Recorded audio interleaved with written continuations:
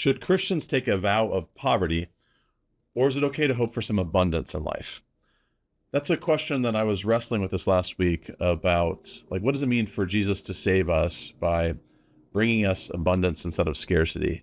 And there's something in me that has grown up around a lot of like toxic Christianity with like hyper versions of prosperity gospels where, if you just have enough faith, God will give you your promotion, the boat, the next house. If you have enough faith, you will send your money to me and I'll go buy a jet, all sorts of crazy stuff.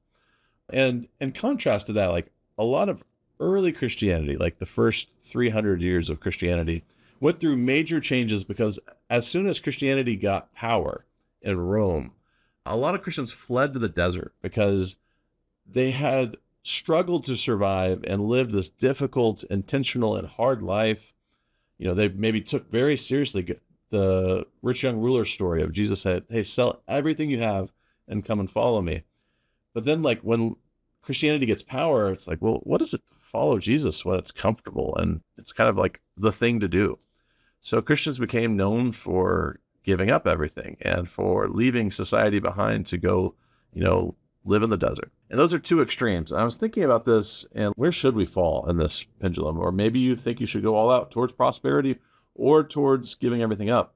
But I was thinking about the parable of the prodigal son, of like that prodigal son, the one that goes to his father while his father's still alive and asks his father for his inheritance now. Like, Dad, I'm not waiting for you to drop dead. Give me the money. And how short-sighted that is, how dysfunctional that is, how painful that is. And he takes that kind of like, I need my abundance right now, and he runs with it. And he can't satisfy it, and it just eats at him, and then he has no money left.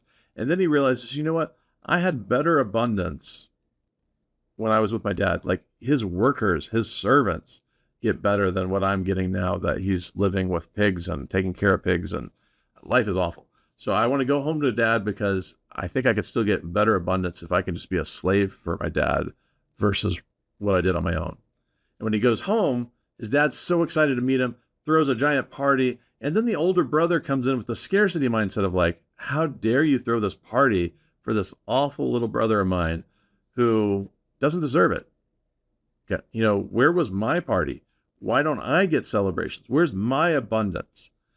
And that older brother doesn't see that, like, he's been living in abundance. And the father's like, hey, I've given you everything all along the way. Like, I should be able to celebrate that my son's back. And I feel like both versions, both sons have their own issues, and neither one of them are satisfied. And like, what is it to not need complete extravagance in life, not always be looking for the next thing? And also, like, what is it to find satisfaction in the things that you do have already? Like, to find gratitude and like, you know what? Life's pretty good. There are things I should be grateful for. And so that's kind of the pendulum of what we always wrestle with. There's this great anonymous quote that says that poverty exists not because we can't feed the poor, but because we can't satisfy the rich. There's something in us that when we start wanting to devour for ourselves, it ends up where there's not enough for people. But the moment we start being grateful and being willing to share and bringing others along in the abundances that we have, suddenly we feel good about what we have because we're able to share with people who appreciate it. And then there's enough. And so I think part of the Christian imagination and calling is to learn to be grateful for what you have and to long for more for your community, not just for yourself. And so I think, where prosperity gospel stuff gets toxic or dangerous or bad is when it starts privatizing the prosperity, that it is for me or just for my small community. But when you start wanting better abundance and better life for everyone, that's a different framework for what abundance looks like. And so you shouldn't want your abundance at the expense of somebody else. And so we should be longing to bring abundance to everyone.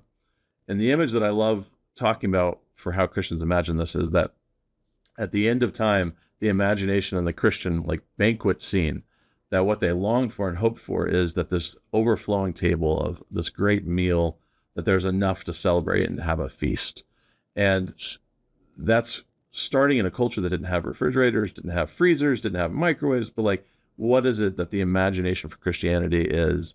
That there is a table big enough for all of us, that, you know, that we have disagreements, we don't think the same way about things, we have differing skills and talents, but that the table's big enough for all of us, and that we should have this great feast that we all get to share in. And that's what abundance looks like, and that's what good looks like for us. I don't think Christians need to make a vow of poverty to faithfully follow Jesus, but they should look at in what ways am I unsatisfied in life and I'm devouring and taking from others, and how do I transform that into wanting to share in the things that I have and give back and make sure that there aren't people that are in need and that I'm just taking everything for myself. And so when we have moments of sharing in that abundance, and when we have moments of reunion and we get to have prodigals return, we should throw feasts, we should celebrate, we should enjoy the goodness of that moment.